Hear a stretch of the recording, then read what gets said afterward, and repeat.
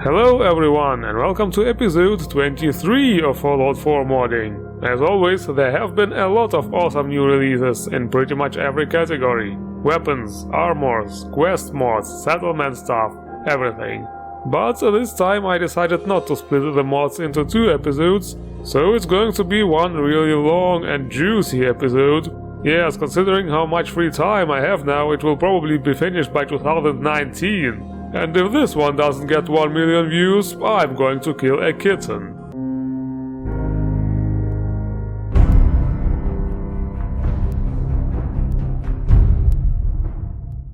So there is a sleeping mechanic in Fallout 4, but what can be better than just sleeping? Sleep Together Anywhere by Hoamall. Total deja vu here, because I reviewed similar stuff for Skyrim not too long ago. So, this mod here allows you to sleep with a companion literally everywhere. So it's more like a complete camping mod.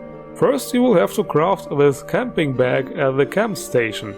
Then drop it from your inventory and interact with it to open up the unpacking menu. You can unpack a double bed for you and your companions, a bed for Dogmeat if he is with you as well, and also a campfire, a cooking pot and some seeds. There is also an extra storage pocket, a toggle-able oil lamp, and even a functioning alarm clock.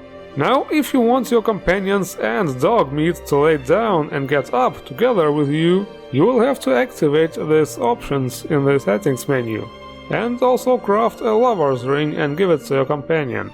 Once this is done, just lay down and activate the sleep menu with the default button.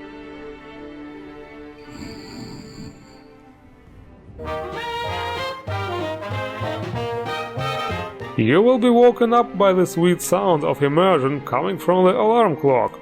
Then you can interact with the main bag to quickly pack up the camp and continue your traveling. A very easy and practical mod. It's also compatible with other camping mods out there, because it uses a completely standalone framework. Do you like to play with power? Well then, it's time to bring some new power to the game. Alternative Power Stations by CBBE. Are you bored by the selection of the generators you can build? Do you want to bring some variety to your settlement's power supply? Here we have 10 fresh, new, powerful generators flexing their metallic muscle at you, or more like those pesky energy consumers, ready to give you the power you need. Very lore-friendly, very environment-friendly, utilizing power energy sources like wind or solar. I mean, using nuclear energy didn't seem to have worked out in the Fallout universe that well. From now on, let's concentrate on the eco-friendly alternatives. Those generators also range from small convenience motors to big ones, to really big industrial power stations. The power output ranges, however, from 3 to only 35 units. Okay, fuck it, let's go back to nuclear. Sit down, let's talk about item sorting. Many of you probably use VIS-G's item sorting, as did I. But here's something new. VIS-G item sorting by... oh boy, here we go. Gambit 77, VIS-G, Gurnesh, Nyanka, Thirdstorm, Omega 9308 and Spherical. Jesus Christ. So, what's the difference and how and if is it better? First of all, there are more item categories, so finding specific stuff should be easier. The amount of roll-ups is also increased, with the aim to give the inventory a clean look. The sorting in the tabs highlights the more, or maybe better said, more frequently used items. Of course, very noticeable is the amount of new icons. This is what the whole sorting is actually about. Just briefly scroll through and you will instantly have an idea of the layout, even without reading the names of the icons. Support for mods like armor and weapon keywords or Armorsmith Extended and similar is included from the start and does not require any patches. Also worth pointing out that the whole mod is actually just one single plugin this time, which makes dealing with it much more simple. A more practically noticeable difference are the weight changes. Many of the less important items have been made weightless. There is, however, a patch for those who prefer the vanilla, always being overloaded experience. Well, all this is just a brief summarization. The true worth of this mod will be noticeable by actually using it, of course. I only tried it for like 10 minutes and was already absolutely won over by all the nice new icons. So yes, as far as I'm concerned, I do prefer this sorting mod. Well, many new icons is a big yes, of course, but it's cool to have many new weapons too, so let's get some. M60 Light Machinegun by VIS-G Wardaddy LLC. An absolutely classic Swiss cheesemaker weapon. Get it? Because high ammo capacity, many holes. Yes, because jokes are much funnier if you explain them. But yes, high ammo capacity means large magazines and a fittingly long custom reload animation. Custom sound effects as well. The ammunition types you can use here are 5mm, 5.56, 308 and 7.62. The customization for this weapon is not that big. Some previously mentioned large mags of various sizes, many different barrels and stocks, however, combined into one option. And also cool bipods. Bipods are always cool because they make the gun look larger and more dangerous when they are folded. So you can go full Rambo on your enemies with those. Yeah, I just realized it's the famous Rambo gun we are talking about here. Why did I even call it M60 in the first place? It's obviously called Rambo gun. The next one is also an absolutely classic looking piece, Winchester Model 1897 shotgun by Wardaddy. The classic pump action for those who like to pump some heavy metal. There is, however, also an automatic firing mode for those who don't like pumping, I guess. This weapon also comes with some appropriate reload animations. There is also a couple of different firing modes, the normal buckshot, the highly explosive buckshot, the less spready and more concentrated slug shot, and also a highly explosive slug shot as well. And the customization for this weapon is also present, but not very big. 3 scopes, a suppressor and a bayonet. I am not really a gun nut, but I never understood the concept of putting a bayonet on a shotgun, a weapon mostly effective at very close range, especially in video games. So why would you want to stab something instead of just putting a load of lead into its face? Unless we stab it and then pump it full of lead. That's a plan. The next weapon is really old and brand new at the same time. DL44 Heavy Blaster by Rosestorm. This is what I like to call real-time modding. The modders look for modding ideas in the very up-to-date media. That way we can have the most current and relevant stuff in a fairly old game. New Han Solo movie around the corner, and we already have his trademark blaster. Awesome. So, the customization. There is actually only a damage modifier and some scopes. While it won't change anything about the visuals, equipping a scope will allow you to aim through the gigantic, hard-to-miss scope, which is already on the gun from the start, instead of using the iron sights. Cool idea. The next weapon has a very unusual design and function too. Caesar Model Special by Shoeburglar. Now, what would be the best way to describe this? In Soviet Commonwealth, weapon shoots you! Yes, that definitely hits the spot. So, I would like to recommend this weapon to all the haters out there. Just get this weapon mod and go fucking kill yourself! I know it doesn't make much sense, because the sad haters probably just leave a quick dislike and fuck off. But if for some reason some still do watch, just kill yourselves. This is all this is about. Even the weapon says so. Do it, faggots! Yeah, I don't know what I expected here. Boom, dead. But yes, there is actually something useful here too. You can find this legendary variation, which will heal you instead. Magical healing bullets, I guess. Sounds weird, but works. If you think that's normal, let's see if the next weapon can surprise you. The Pina Collider by darkconsole. Now that's a really fruity way to fuck up your enemy's day. I really like this kind of approach. A new launcher with very special ammunition which can be grown in your settlements. Does anybody remember the cow launcher mod? I think it was for Fallout 3, however. This thing here is also a very nice idea.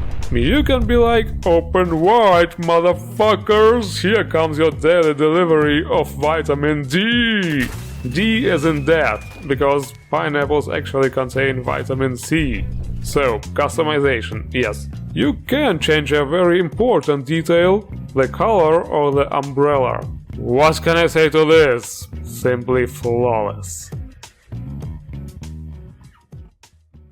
That's one hell of an arsenal, but what about armors? Well, surprisingly, this time the amount of actual protective armors is much higher than the skimpy stuff. Geist Suit by N7R is the first one. Geist means ghost in German, by the way, if you were not aware. And this suit is inspired by some DLC stuff from Black Ops 3. So this is what Call of Duty looks like nowadays, huh? Looks so colorful and cartoony. I think Advanced Warfare was the last one I played. Lots of catching up to do. Anyway, the colors can be swapped at the armor workbench.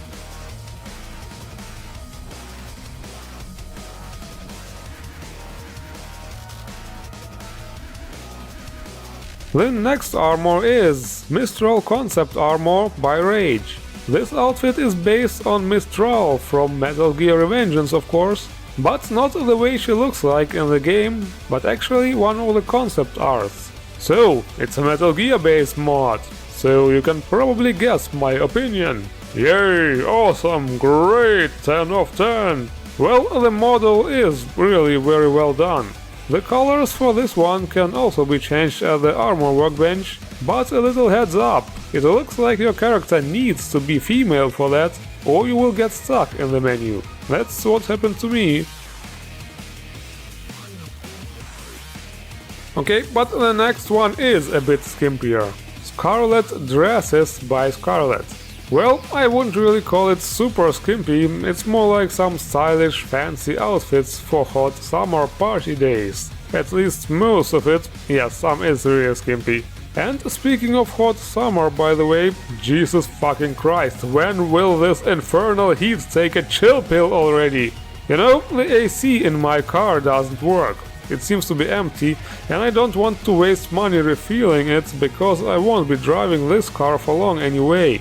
So it's really awesome driving home after work when the car has been standing in the sun all day.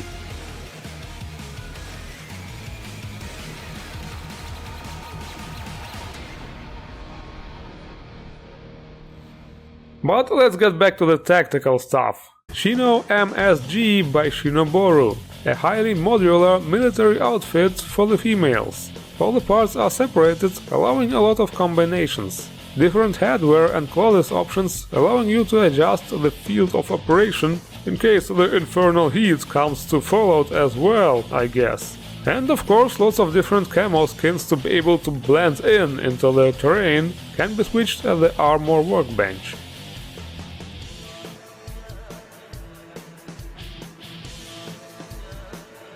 And the last one definitely goes into the heavy armor category. Blue Team by Nightfall Team, Steven Nightfall, Mysterious Dawn. This is very similar to the Commonwealth Spartan mod from episode 18, basically just some armors ported from Halo. A total of 4 in this mod. So what's the difference? Well, those are actually different models. Even though there is, for example, the Master Chief armor in both mods, it looks different. Also in this mod the armors were specifically adjusted to fit gender proportions, it seems.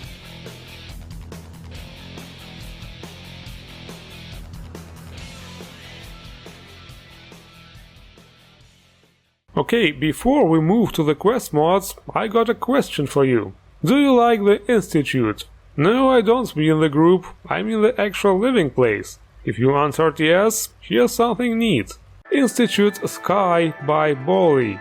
What a great idea! An artificial holographic sky to imitate the natural above-ground surroundings. Of course fully functional with a day and night cycle. Being stuck underground like a mole rat your whole life can seriously mess you up. You might go blind and become insane and then... oh wait, never mind. But yeah, sunlight deprivation can have a very negative impact on the human psyche. So this mod absolutely makes sense.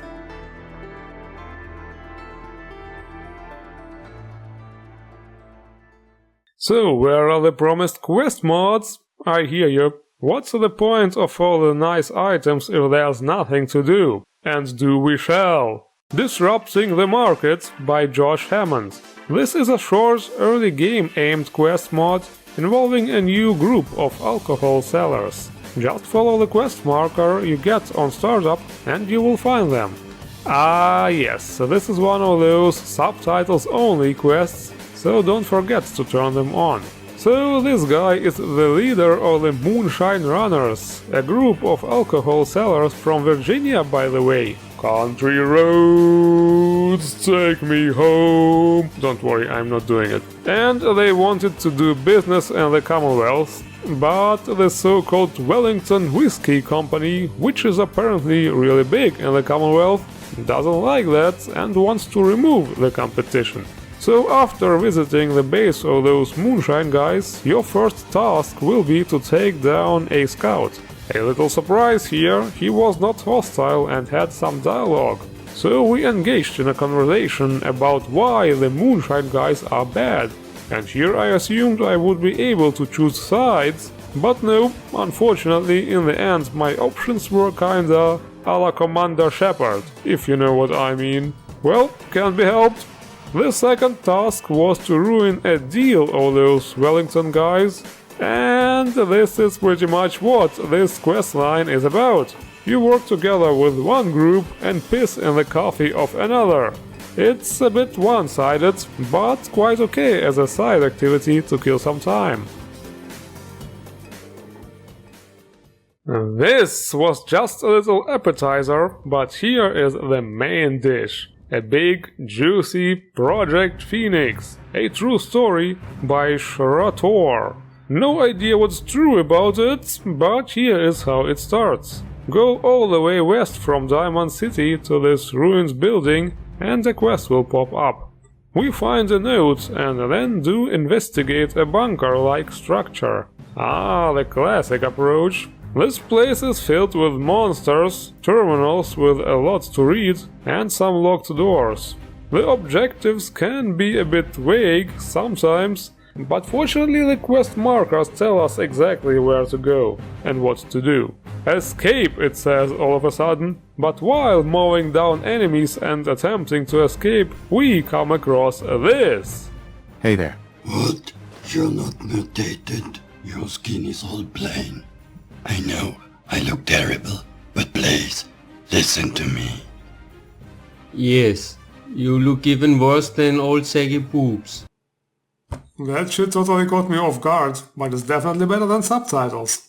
This guy also seems cool. He tells us about a group called Sector 5 and the experiments they were conducting. He also asks to allow him to continue his research. He wants to find a cure for the ghouls. I thought he was okay, so I left him alive. Okay, but be careful and do not touch my stuff and stay at this facility. Thank you. You will not regret this. So yeah, we were in the middle of escaping kinda, and once we do, we follow a series of clues all around the Commonwealth until we end up at another research facility, which is, spoiler warning, deep underwater. That's actually cool. Here we find, guess what, a shitload of enemies, terminals and doors again. The dungeons of this mod have somewhat mazy and non-linear builds. We do come across some nice surprises from time to time, but fighting and exploration are definitely the heaviest aspects of this mod. But there is also this. Who are you? I'm a robot, Danger Bill Robinson. I used to help my master Major Brink as a personal killing assistant. How can I help you? The what the hell moments of these mods are priceless, and the funny voice acting just makes it even more hilarious. That sounds horrible. I better leave this place. Easier said than done. As already mentioned, the dungeons are big, and the questline itself seems really long too. I was playing for a couple of hours and rushing with console commands obviously, and I only completed Act 1? Holy shit. And this is it for this episode. Yeah, I know. Damn, at the best point. But don't worry, you'll get a glimpse of the new Sector 5 enemy faction, some technologically highly advanced guys. And the links to all mods are in the description below. Don't forget to endorse the mods you like. And if you enjoyed this review, don't forget to hit the like button and subscribe for more. I thank you all for watching, and see you around.